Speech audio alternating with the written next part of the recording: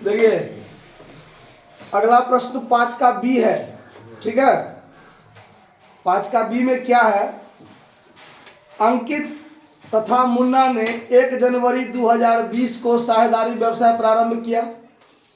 उन्होंने 1,60,000 1,20,000 पूंजी लगाई। दो साझेदार हैं, अंकित मुन्ना, पूंजी लगा लिया। साझेदारी प्रसंविदा की शर्तें निम्नलिखित हैं, यानी साझेदारी संलेख में निम्नलिखित बातों का चर्चा है। किन किन बातों का चर्चा है, तो पूंजी पर 10% वार्षिक ब्याज दिया जाए, अंकित और मुन्ना को 2,000 रुपया और 3,000 रुपया प्रति माह वेतन दिया जाए। मतलब अंकित को 2,000 रुपया प्रति महीना और मुन्ना को 3,000 रुपया प्रति महीना, और लाभ विभाजन जो किया जाए वो 3:2 में किया जाए, ठीक है। फिर कहता है 31 दिसंबर 2020 को जो वर्ष समाप्त हुआ तो उस वर्ष के लिए समायोजन से पूर्व 1,43,000 रुपया लाभ हुआ है। लाभ कितना हुआ, 1,43,000। फिर है कि आहरण पर ब्याज अंकित के लिए 2,000 और मुन्ना के लिए 3,000 है। आपको लाभ हानि नियोजन खाता बनाना है।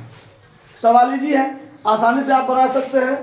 देखिए जैसे सबसे पहले यहाँ लिखेंगे by net profit, by net profit 1,43,000 तो लिख लेंगे हम लोग। उसके बाद सवाल में है पूंजी पर ब्याज देना, तो पूंजी पर ब्याज डेबिट साइड में देंगे, तो टू इंटरेस्ट ऑन कैपिटल लिखेंगे। अंकित का नाम और मुन्ना का नाम लिखेंगे ना। मुन्ना कितना कितना 10% है, तो 1,60,000 का 10% 16,000 और 1,20,000 का 10% 12,000, यानी 28,000 रुपया आप पूंजी पर ब्याज दीजिएगा।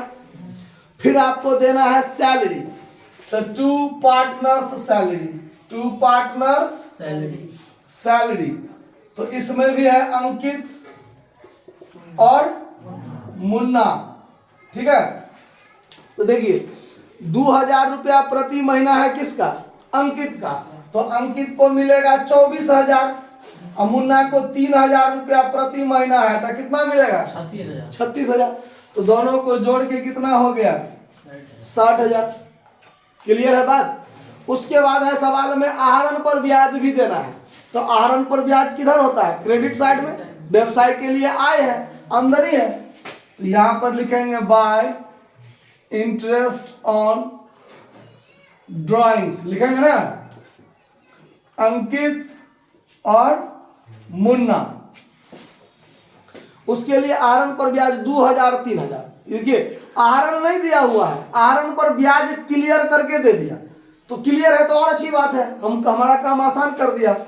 तो इसके लिए 2,000 और इसके लिए 3,000, यानी टोटल कितना 5,000। सारा काम हो गया। अब अंत में फाइनल काम जोड़ घटाओ, 1,43,000 और 5, 1,00,000 कितना 48,000।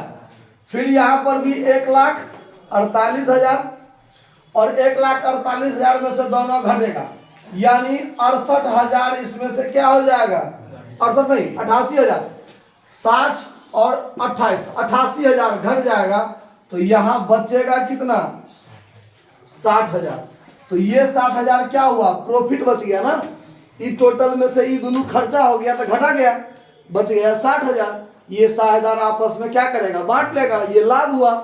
तो यहां लिखेंगे 2 पार्टनर्स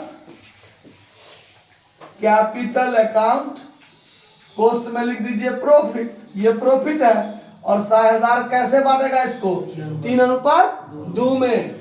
तो यहां पर लिख दीजिए अंकित का नाम और मुन्ना का नाम, तो 3:2 में बांटेंगे, तो 60,000 गुने 3/5 और 60,000 गुने 2/5 करेंगे ना, अंकित के लिए और मुन्ना के लिए।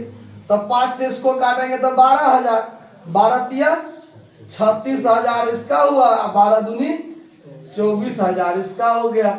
हो गया, बात खत्म। समझ में आया बात कि कहीं कोई दिक्कत हुआ समझने में? दिक्कत है किसी को, नोट कर लीजिए। धन्यवाद।